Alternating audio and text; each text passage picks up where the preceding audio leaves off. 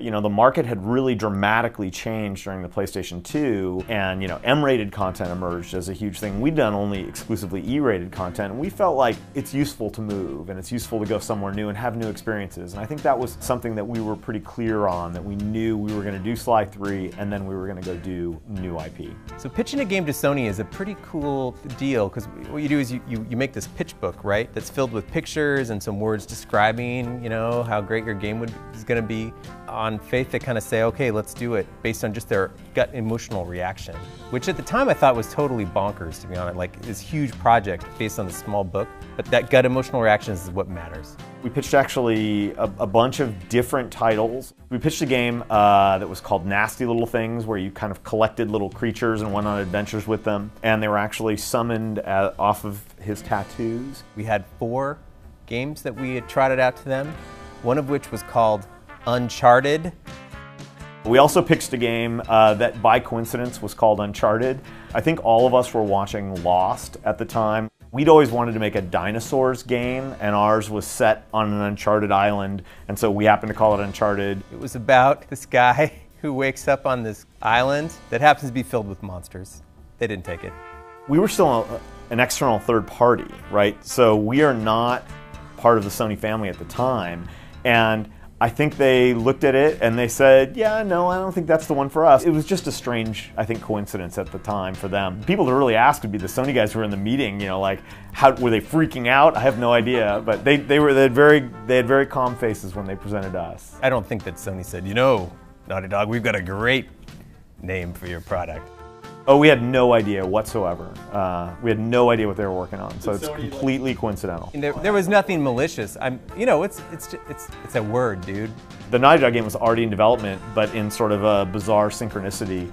We were obviously thinking in similar areas at the time, but we ended up doing what became Infamous. The original pitch for the game that became Infamous was called True Hero, where you had to make these decisions. And then we had some other superhero things that had a little bit more of the kind of golden age look to it. And I think that we ended up in the universe of some of those other pitches with the morality and decision making of what we called True Hero. We wanted to make a superhero game. A lot of that came from us being comic book nerds, right? I mean, if you grew up reading them and you view them as high art, you kind of want to contribute to that genre. You know, most, if not all, superhero games at that point had been based on linear IP, either comic books or movies or whatever, and we really felt like nobody had ever said, hey, what would a superhero that was designed for a video game? What would that be? What would the power sets be? What would be the interesting constraints? How would they move? And we really felt like that was something that was worth exploring. All of us had played through Grand Theft Auto, and we thought, well, this is a great game. I wish I could fly. I wish I were a superhero. You know, we're like, all right, great. Let's make the open world superhero game. You know what video games are, right? Like, there's this illusion of choice, but not really. By having it be open world, it said, the powers can be big. You can do big things, and we're just gonna try and keep up with you. And we transitioned off of Sly, which was a huge change spiritually for the team. There were a lot of artists here who, you know, were central and a huge part of what we did on Sly that weren't interested in making a realistic game. And so, you know, those people left, and we loved them, but it just wasn't their path. On Infamous 1, the studio wasn't especially big. It was like 40 people. The biggest challenge was kind of getting a city made with art department that wasn't especially big. The art team was like 15 people. We'd never done a streaming game. We'd never done a game with real people in it. We'd never done traffic. We'd never done any kind of systemic, you know, crime systems throughout the world. The AI systems were so different. You know, and I'm sure Nate was panicked about what's the core tensions of the gameplay, but I just remember being borderline overwhelmed for the first year of that project with how are we ever going to get all the stuff to load? How are we ever going to get all the pedestrians and pathing to work? I remember trying to find the character of Cole McGrath, and I remember a distinct design meeting where one of the artists, Bart, came into the meeting that day with this idea that what if we made him a bike messenger? That was a really, I thought, great idea. It was somebody who really belonged in an urban landscape and who most people avoid eye contact with. But at the same time, they're kind of cool. And I remember that day being like, okay, there it is. You know, that was one of those moments where you're like, he is going to be a bike messenger. That is a perfect idea. Cole McGrath was born. The original sort of like, what is your fantasy for having superhuman abilities? We talked a lot about, could you pick up a car? Could you stop an onrushing train? What are those things?